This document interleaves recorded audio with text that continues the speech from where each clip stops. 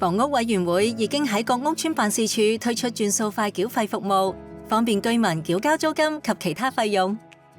首先，攜帶你嘅租卡或向職員提供住址，然後職員會向你提供二維碼。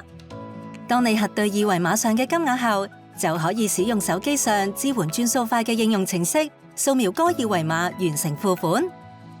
交易成功後，職員會向你提供客戶存根以及正式收據。手機中支援掃描轉數快二維碼嘅應用程式，例如銀行流動理財應用程式、Alipay Hong Kong、WeChat Pay Hong Kong、Tap and Go、PayMe by HSBC 都可以用嚟繳交租金及其他費用。此外，你亦都可以下載房署資訊通手機應用程式，隨時隨地透過轉數快繳交租金。立即使用轉數快，繳費就更加方便、快捷同安全啦！